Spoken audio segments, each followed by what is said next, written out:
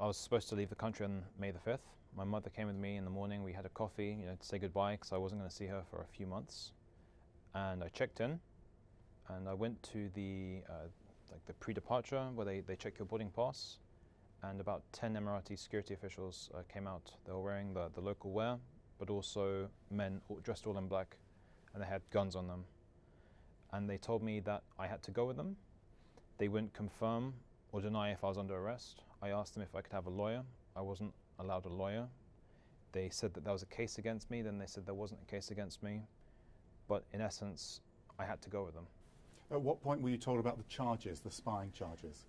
This was towards the end of the 6 weeks, the initial interrogation period.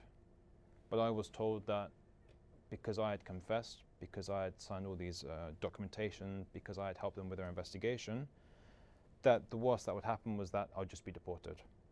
That they would try and smooth over the process, and this came from both the interrogators and the state prosecutor. They said, listen, I was lucky that I had told the truth, because if I hadn't, I would be in prison for 20, 30 years, which actually, ironically, is what I was charged with later in court.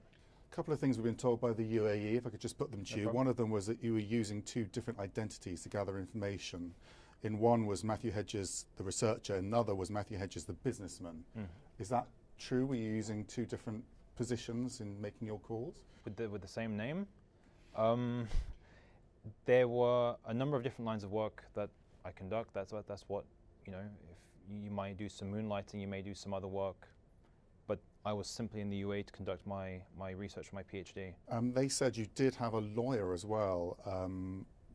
They contradict what you say about whether or not a lawyer was with you, helping you with the documents, for example. That's a lie, sadly. I was given a lawyer for the defense in the court hearing, which happened in mid to late October. Apart from that, I wasn't allowed a lawyer at any other point in time.